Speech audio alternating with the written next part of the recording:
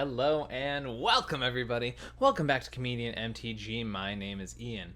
Today we are going to be breaking down the top 16 of Ka0s Treasure Series 4. For those who don't know, the Ka0s Treasure Series is a Chaos tournament, which is a popular Discord tournament series, but the Treasure Series are actually paid entry and have a lot bigger prizes on the line.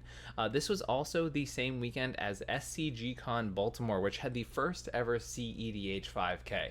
Now the decks from that tournament are not yet available because they were all recorded in paper, but as soon as those become available, I'll be covering that event as well, so hopefully I'll get that one out to you as soon as possible.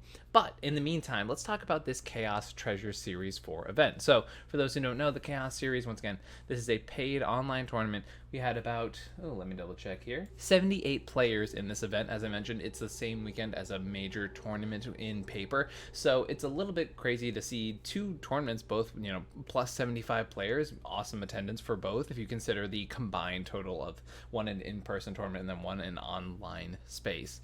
So Ka0s Treasure Series 4, 78 players. Let's break down the top 16 of this event today. Remember, if you like videos like this, make sure to hit like and subscribe. There's a lot of crazy, awesome stuff happening for this channel, and excited to see what everyone says. I'm super excited for the future of this channel. I'm trying to do this content thing full time, so any support you can give, whether here on YouTube by hitting like and subscribe, or by going over to patreon.com/comedianmtg, helps out a ton. We have Adam in exile. This is why Mom doesn't love you. We have a Tivit list here. Tivit just consistently being one of the best decks in the format as far as putting up results in cEDH tournaments. Just repeatedly showing up, performing very well. This commander is just doing it over and over again, just performing at the high level, performing consistently, and just making multiple top 16s, multiple top 4s, winning multiple tournaments. Tivit's just on a tear lately, and it's super awesome. Now, I don't even come close to taking credit for this deck, but I'd love to say that, my run in Mox Masters helped popularize this list, and people have just taken this deck and run away with it. And it's such a good indicator of a good deck when you have dozens of people, maybe even more than that, all who show up under different names playing this deck. It's not the same people playing the same deck over and over again. These are different people all performing so well with this deck.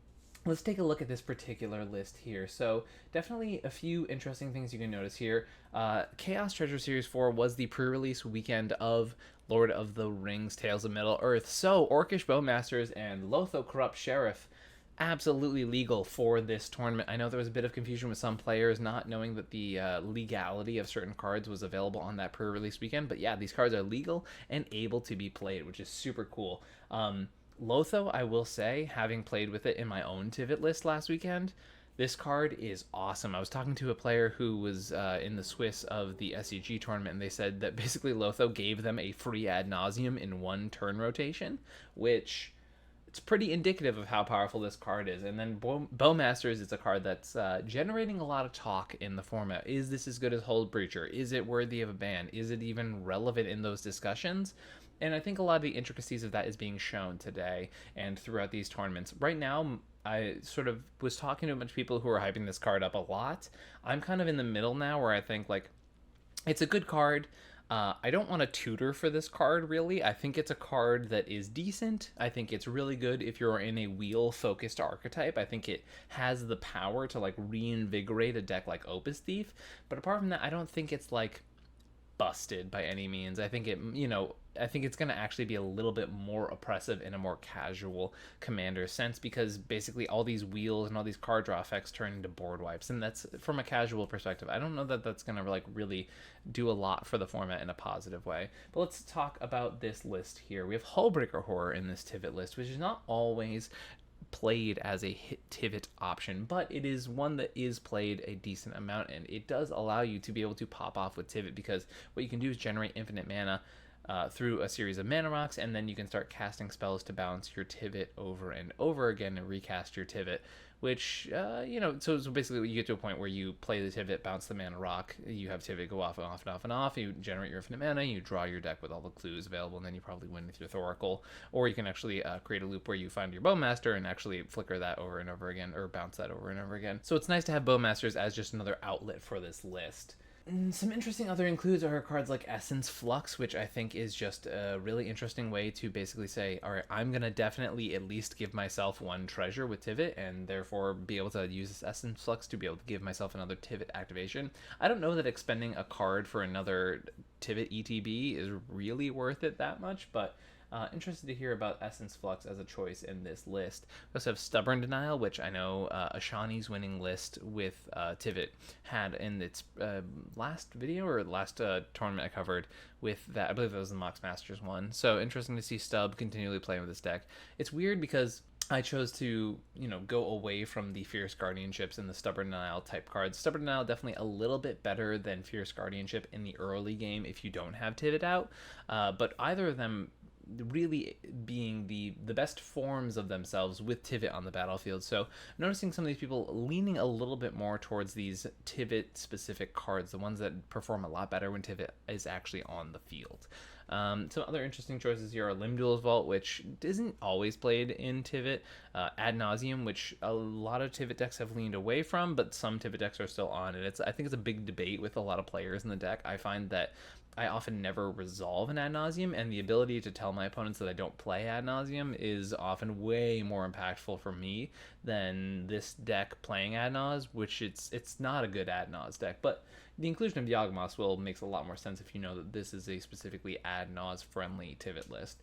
And then Word of Invention, which is one I found to be very clunky in this archetype, but it still does the thing and gets you your 1-card win condition. Another interesting piece here is actually Steel Enchantment and Necropotence, which Necropotence I find way better in like the more aggressive versions of any of these turbo archetypes, and I don't think Tivit really falls into a turbo deck in my definition. I find it to be like mid-range controlling. So Necropotence being in here is very interesting, and Steel Enchantment is like a 2018 tech piece, which was like, back when Flash era, stuff like that early on, Urza was first printed, all of like around that time period. That's when I saw a lot of Steel Enchantment, but Steel Enchantment occasionally coming back. I know a lot of people have talked about how we are entering a Rhystic Mystic meta, where a lot of people are just resolving those cards and thinking that that's going to be enough to win them the game. And Steel Enchantment is one of those cards that takes advantage of that thought process. And I think, it's another one of these cycles that we go through where people start believing in truisms like, oh, this is only going to be a Mystic Rhystic meta, so I can do X, Y, and Z because people are just going to mulligan to these cards. And we tend to fall into these patterns as a metagame because people find it easy to believe certain patterns exist. It's a lot easier to digest the idea that people are going to do X, Y, or Z as opposed to believe in you always have to see the world in a grayscale, and you always have to believe that none of these truisms are actually going to apply. And it's harder to adapt if you don't just believe a certain set of principles as far as the format is concerned. So Steel Enchantment definitely taking advantage of the idea that these enchantments, these very powerful ones, are going to be present. And I'm interested to hear from the pilot of this deck or anyone else who's been playing this card recently, how often is it actually that relevant? Moving on, we have Ward 3 is broken and your vote does not matter by B-Sphere, another Tivit list. Some changes I'm noticing here: a Fairy Mastermind in this version of the deck, no Hullbreaker Horror, and Notion Thief and Urza are back in the deck. This is a lot closer to the deck I am currently running, although this pilot not running Orcish Bowmaster. Is curious to hear if that is with the knowledge that the card was legal or if they were unaware that the card was legal during this tournament.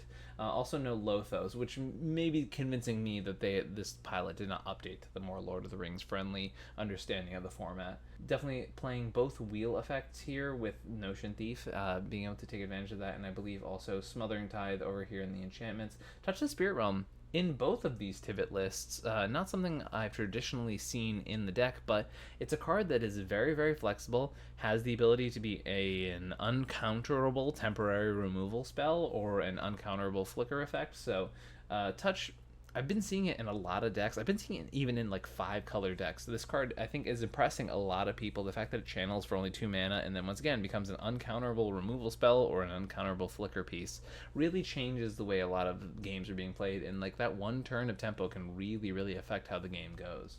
Interesting card in Doman's Veto here. Not a lot of lists are, fully leaning into that effect, but, sometimes it's just enough to have an uncounterable answer that says, no, you will not win with this non-creature spell right now. And apart from that, nothing too crazy. Classic Tivit things, and another Tivit in the top 16, really just affirming the idea that we threw out in the beginning here. The next thing I want to talk about here before we go on to more decks lists is the fact that we are affiliated with Dragonshield. Dragonshield is the sleeves that I use to sleeve up literally all of my cEDH decks, and you can check out the affiliate link to Dragonshield in the description of this video, and anything you buy with that link helps out the channel a ton. And once again, it's the sleeves that I use personally for all of my cEDH decks, so I highly recommend checking out Dragonshield. We are also an ambassador for Monarch Media. Monarch is throwing LotusCon together. It is in Belleville, Illinois. Once again, LotusCon, a hugely popular event last year, and they said, hey, we're going to collaborate with, the original name in cEDH, Monarch Media, throw this event together, and also have this insanely stacked cEDH tournament where the top player wins a time twister. A bunch of people win some crazy prizes in the top 4, in the top 16, and it pays out all the way to the top 32. As a cEDH player, I love to hear crazy tournaments like this coming up. Gotta check it out in Belleville, Illinois, October 7th through 8th. Super happy to work with Monarch on tournaments like this. Happy to be helping to shape the future of what these events look like, because Monarch's been doing cEDH events from the very beginning, and they're going to keep doing so, and they're coming out in a big way right now, especially after a little bit of time off. They really focused up and made some cool stuff that's going to be coming down the pipeline. Dark Malcolm cEDH by Stefan.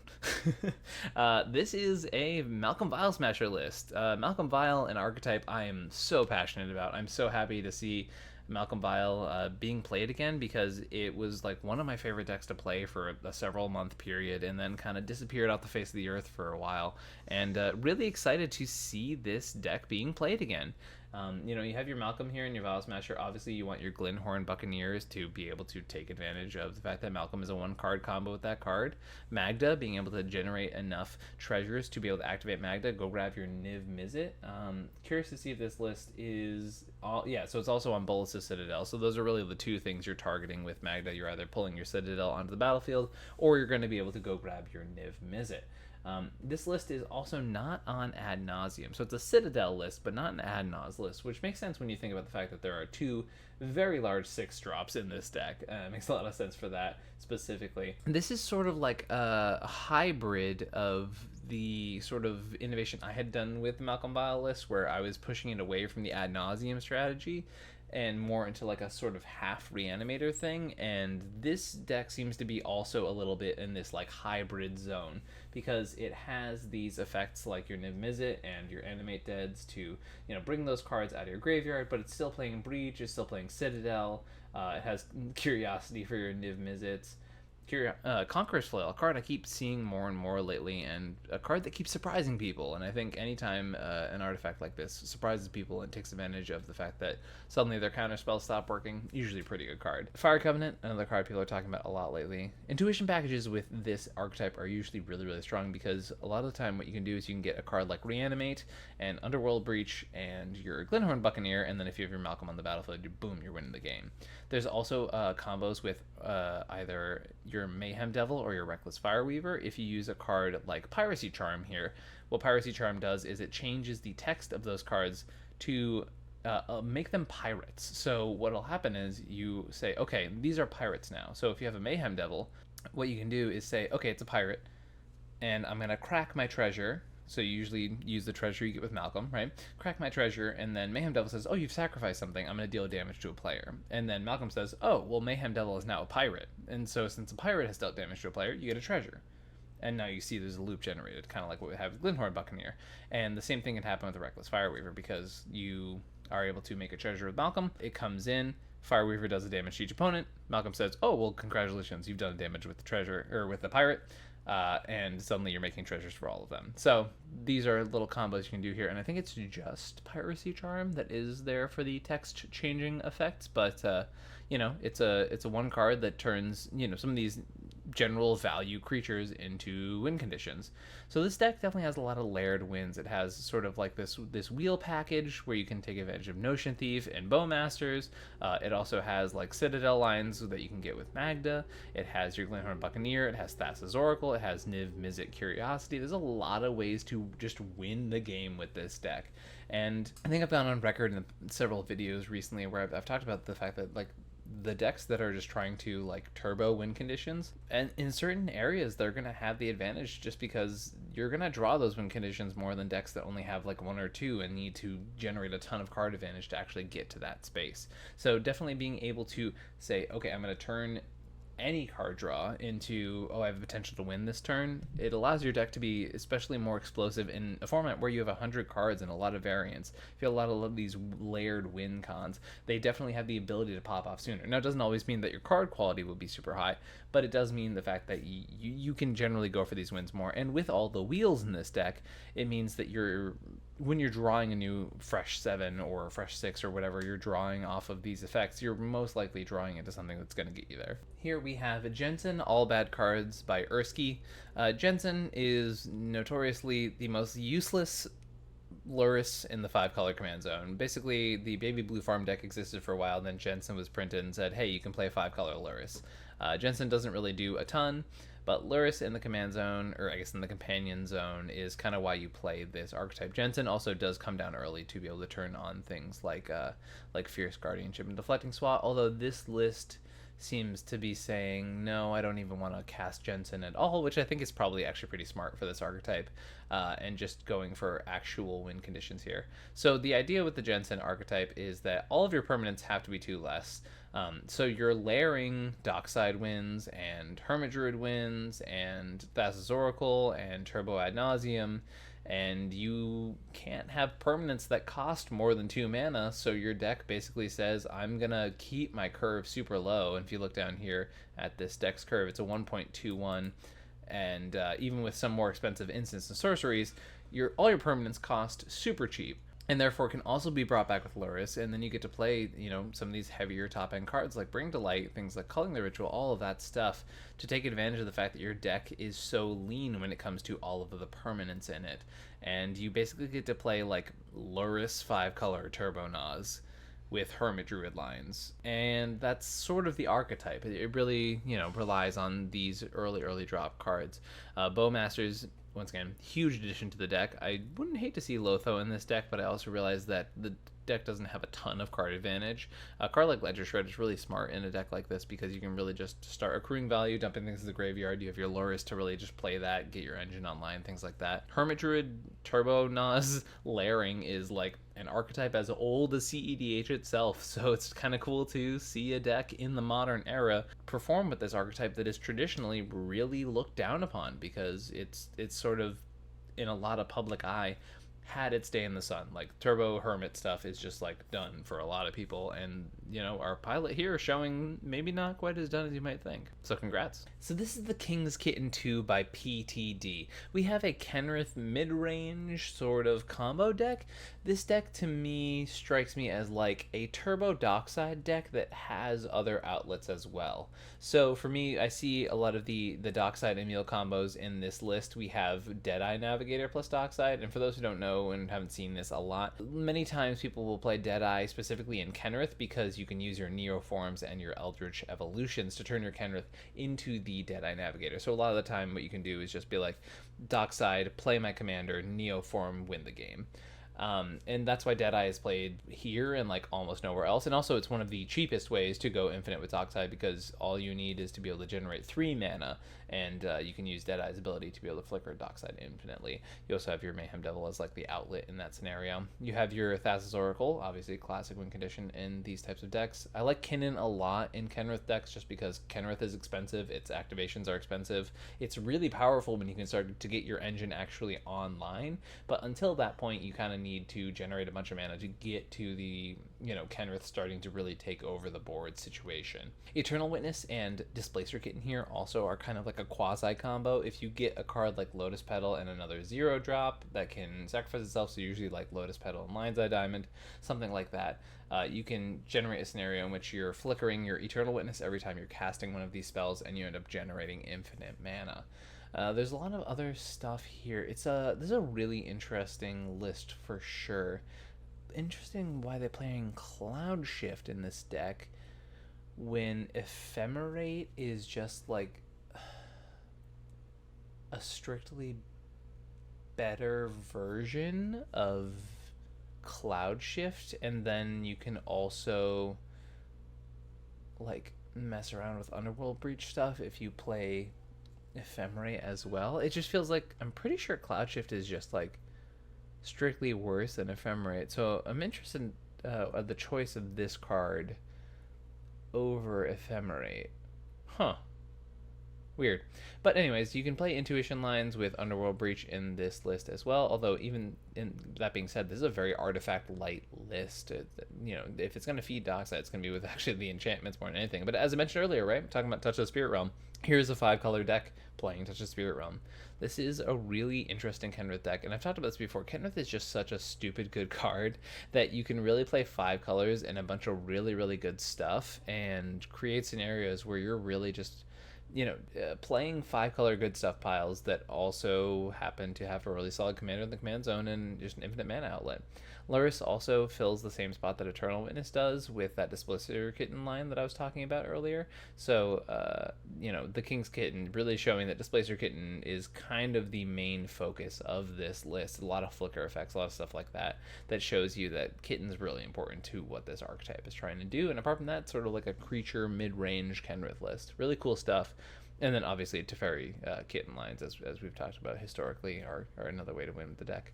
We have another Malcolm Vial Smasher list. As I mentioned, this deck has disappeared for months at a time, and now with the printing of Orcish Bowmasters, is this just an archetype we're going to be seeing more?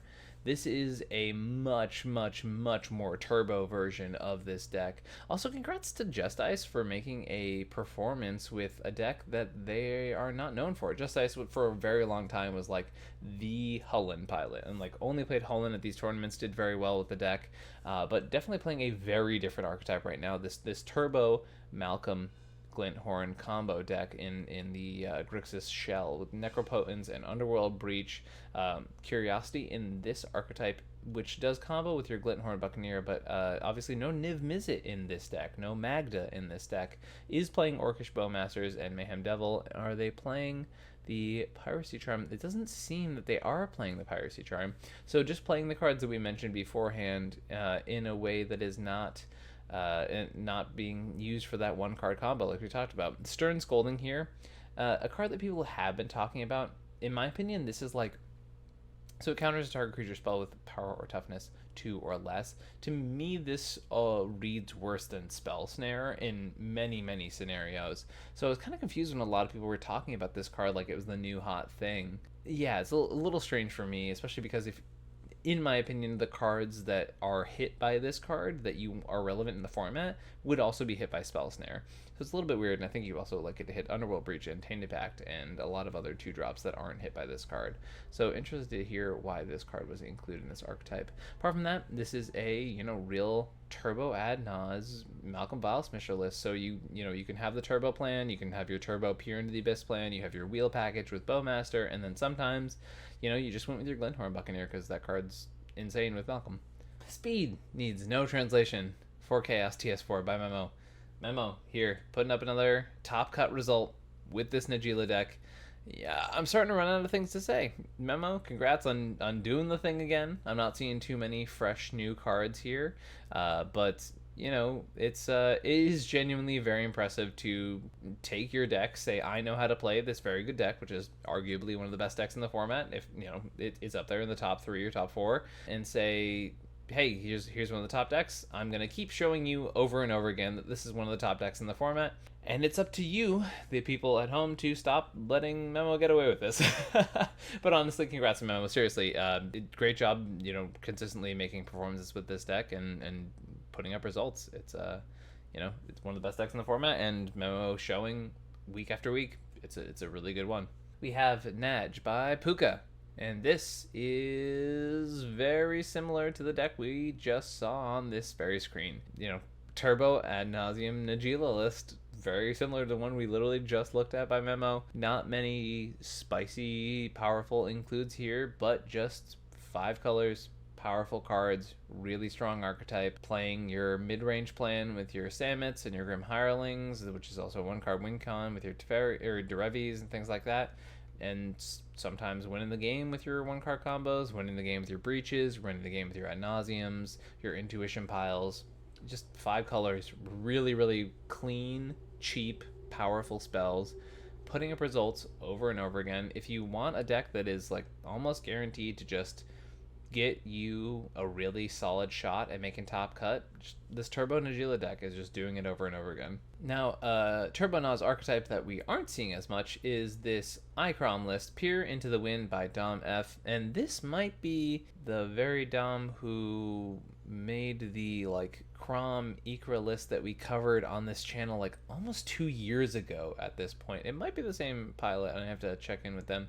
But maybe Bowmasters, you know, reinvigorating this archetype. You have your Wheel here, you have your Windfall here, and yeah, using Crom and Ikra as sort of the card advantage, saying, you know, maybe I don't need my Timnas and I can get access to green instead. Having your Mana Dorks for a bit more consistency, you get your other Spirit Guide with ESG, you get your Calling the Ritual, which is obviously one of the best cards for this effect. You have your Crop Rots, which, depending on the version of the deck, yeah, can get you Beseju, so the idea that like 1 green mana gets you an uncounterable Adnaz next turn is pretty solid for sure. An uncounterable Adnaz wins the game 90% of the time, so definitely worth taking a look at there. And then taking advantage of the fact that people do feed Crom a lot, so you can turn Crom into your card advantage engine and then just play this 4-color Turbo Naz deck using Crom and Ikra as engines if you're not, you know, immediately winning with the deck, and then using the 4 colors you have available to you to be able to do a solid Turbo Naz plan. Congrats.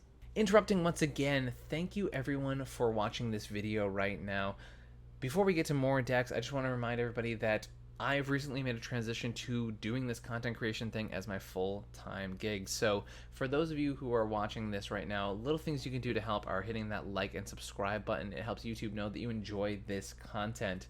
Leave a little comment below, talk about what you find interesting in these decks and these archetypes, anything you're thinking about for these decks that we're watching in today's episode. Also, anyone feeling they want to go that extra mile can head over to patreon.com/comedianmtg, link in the description below, and find out more there about our Patreon tiers. We recently opened up 15 slots for cEDH coaching for a guaranteed monthly coaching session with me. Also, cEDH coaching is something I'm going to be doing as one of my main things for my career now, so I have a ton of availability. Please, if you are interested in coaching, you can check out the Patreon tiers, but if you don't want to go through Patreon and you want to just contact me directly, I can talk to you guys about coaching sessions individually. You can find me on my email at comedianmtg.com. You can find me on Twitter, you can find me on Discord, or you can leave a comment down below and I'll find a way to talk to you. But sending me an email, finding me on Discord, finding me on Twitter, easiest ways to get about that and get an individual coaching session that can be either, you can find it through the Patreon, or once again, you can contact me directly and we can set up a session outside of the Patreon. I'm trying to do this stuff full time, everybody, and if you like content like this, you know, either doing a coaching session or, you know, checking out patreon.com/comedianmtg is the best way to help make sure that this channel keeps going and growing. So thank you. We have Ka0s Treasure Series 4 Tim Necrom by GOVC. This is a blue farm list.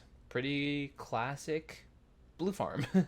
You know, blue farm is an archetype that is 4-color Turbo ad nauseam, as I mentioned in the last deck we just covered. You know, Timna is your card draw, which is a lot more consistent than Ikra Shadiki as far as card draw is concerned. And then Crom is your other advantage engine. You know, these two in the command zone, super powerful and giving you access to 4 of 5 colors in Magic, and, you know, arguably the 4 better colors in Magic. This list opting for Teferi just as a silence effect, not using Displacer Kitten for the combos, and playing Orcish Bowmasters in the 99. Surprise no Lotho here because I feel like it's very good. We see the tech that Brian Koval and Matt Sperling sort of originated with this Containment Priest coming in to hose the creature matchups that Blue Farm can struggle against in certain times. Apart from that, it is it's just classic Blue Farm stuff. You know, trying to be a Turbo Naz deck or pivot to more of a control plan when you can win with Breach in the late game, or just do a classic Thoracle line. We have Jom Alters is the Great. Happy Birthday Alex by Pingmeister Pong. This name is an allusion to the fact that Jom Alters was hired by Pingmeister to make an altar for Alex of playing with Power of Fame. Very cool stuff. If you haven't had a chance to check that on Twitter, it's really cute. It's a good job. But this is a Kinnan mid-range deck. Pingmeister is someone we've talked about a couple times on this channel, playing this version of like this Turbo Kinnan deck, you know, opting for Perplexing Chimera lines, playing Modern Archaic, Tidespout, Nyx Bloom, Hullbreaker, Void Winnower, a bunch of cards to flip over onto the battlefield. Not seeing any of the new cards from Lord of the Rings as I flip through this deck here. I know some people, myself included, are interested in Delighted Halfling as a card for this deck, but this seems to be very similar to the list that Pingmeister top for the last Mox Masters with. So congrats on the performance with this deck. Kinnan is just, I think, pretty easily argued one of the best decks in the format, and good pilots will do well with this deck. The last of our decks in the top 16 is I'm Bad for Not Playing Dockside by Punny Name. I believe we saw this exact list by Punny Name perform again pretty recently. I think it was in the last Mox Masters. I believe they also found themselves in the top 16 of that tournament as well. You know, opting here for the new Delighted Halfling showing up in the deck, as well as Orcish Bowmasters. So, you know, Bowmasters showing up in many of these archetypes. Lotho as well. Lotho, I think, is immediately a super snap include for Atraxa. It just generates so much mana, and Atraxa doesn't find itself often to be a Turbo Naz deck, so being able to, you know, generate a bunch of mana and get your Atraxa down pretty early is pretty sweet. As I mentioned when we've talked about Atraxa beforehand, the first Atraxa doesn't win you the game, but Atraxa 2 tends to do that. So either getting an Elesh Norn down ahead of time to get 2 Atraxa triggers, a Phyrexian Metamorph is your second one, Phantasmal Image is your second one, you know, really just trying to take advantage of the fact that Atraxa has a stupidly powerful enter the battlefield ability, and you can play a bunch of mana, you play 4-color, you know, soup good stuff. In the meantime, you also have win conditions by using Mist Hollow Griffin and your food chain. You can also have a Displacer Kitten to allow you to flicker your Atraxas, as well as being able to combo off with Teferi. A lot of cool stuff here, and this pilot taking advantage of the new power of Bowmasters by, you know, including Narset and Bowmasters, and I believe Smothering Tithe is usually in these decks as well, yeah, and then combining those with 2 wheels here being Time Twister and Windfall to be able to say, hey, if I resolve a wheel, I have several effects in my deck that really allow me to take advantage of that, not just everyone at the table. And then, you know, some board wipes and things like Mnemonic Betrayal, really taking advantage of the fact that Atraxa has a very, very strong ability, and, you know, being able to utilize that to win the game is what these Atraxa pilots keep doing. As I mentioned before, I like this card a lot, and I'm very happy that this card, which I consider extremely atypical, is starting to become a mainstay of the format. I think it's really starting to creep up there with results, and we are starting to see people like Punny Name, you know, show up week after week playing a deck like this one. We have Grind Them Into Dust with Primer by Wounded Satellite, which is a name I believe I have mentioned before, and we are seeing here another Kinnan list. Actually, this might be the pilot who I played in the top 16 at one of the most recent Mox Masters, who I talked with about Kinnan for quite some time because they were very high on this armored Scrap Gorger for a mana dork in this archetype. But yeah, we have a Kinnan sort of mid-range deck here. We have some interesting inclusions with Scrap Gorger, which I've talked to at least one Kinnan pilot about, and I believe it's this one. But the fact that the ability for it to also be graveyard hate on a mana dork is actually pretty helpful, despite it costing a little bit more. We have Glenelender Archmage, which I know is a card that people are like on and off in this archetype, but the idea that you can flip into it with Kinnan, and it's also a counter spell that you can use multiple times, is something that a lot of people find very attractive. We also have Consecrated Sphinx, Hullbreaker Horror, all of like the classic top end things. I've heard a lot of good things about this Thorn Mammoth and how it's actually pretty solid in Kinnan as an archetype, and many pilots are like moving towards playing this card in general. Some other pieces here, nothing too crazy. As I mentioned, oh, this is a new one. We have the One Ring here in this deck. I know I've talked to a lot of people over the last weekend, and I think several people have mentioned that this card is stronger than people initially thought it was, and that it has a lot of potential. I've noticed that basically, from what I've seen, the first activation isn't great. The second activation isn't the best, but it starts to get used some stuff. By the time you activate the One Ring for the third time and you've drawn 6 cards in total, that's when it starts to feel like, okay, this engine is really helping me propel my deck into the long game. This card is really good at like turning the grind from something subtle into something really strong if the game starts to go longer and longer. So very interested to see the One Ring here, and I know some people were talking about it in Tivit. I know a lot of the mono white players I know out there are really hyped on the One Ring, but apart from that, nothing too crazy with this deck, and you know, congrats to our Wounded Satellite for making the top 4 with it. As I mentioned, Kinnan, solid contender of the format, will continue to do well. I will not be surprised at its continual success. We have Sissy 5 Color Craftsmen by Black Veltal. I know this is a name I have said before. We have our 5-color Sissy list here, playing the Planeswalker line with our Nicol Bolas and our Aminatu and our Oath of Teferi, which we will find down here, I assume. Flowering of the White Tree, I think, is a really, really solid card in addition to this archetype. Blown away by 27 lands in a 5-color Sissy deck. I find that in my 5-color Sissy deck, I'm up to 30 lands, because the idea of having anything less than that for a Sissy activation stresses me out. This one also opting to play Cultist of the Absolute, really trying to accelerate the curve at which they are activating their Sissy. Chromatic Ori, not a card I traditionally like in Sissy, but I understand that, you know, you get it on the battlefield and it's just another Sissy activation for sure, and also a way to filter your infinite mana. Apart from that, not too many other crazy stuff I'm seeing in the non-creature space. Lotho making a way in. I think this card is like perfect for this archetype. Delighted Halfling, another card I'm actually surprised to see in Sissy, which I know may shock a lot of people, but specifically I find that having the ability to activate Sissy is so important to the deck that a card like Delighted Halfling not actually making mana to activate abilities of legendary creatures is kind of bad, and the fact that it just turns into a colorless mana rock is something that I have a lot of hesitation with on this card. So interested to hear the pilot's thought process on playing this one specifically. But yeah, 5-color Sissy, doing the 5-color Sissy thing, definitely. It's one of the most interesting decks I find to break down on these tournaments, because you get to see really what the pilot's individually going for. And there's a lot of different ways that you can build this 5-color Sissy list, and a lot of these subtleties will tell you like what the pilot prioritizes, or what, more specifically, the deck builder prioritizes as far as what they need their Sissy list to do. Each one has a lot of customization potential, and it's really interesting to see what each pilot chooses. This is a deck I did not expect to see in the top 4. We have Marath by Arab Prince 123. This is a, you know, Staxy Marath list, which is, I think I've seen the most of this deck by Sam from the Howling Salt Mine, and he's playing what is pretty similarly different. And Sam is playing a very different version of the deck than I see here. Marath, you know, basically an infinite mana outlet for a lot of the Dockside stuff you can do in the format, but this one really heavy on the stacks pieces.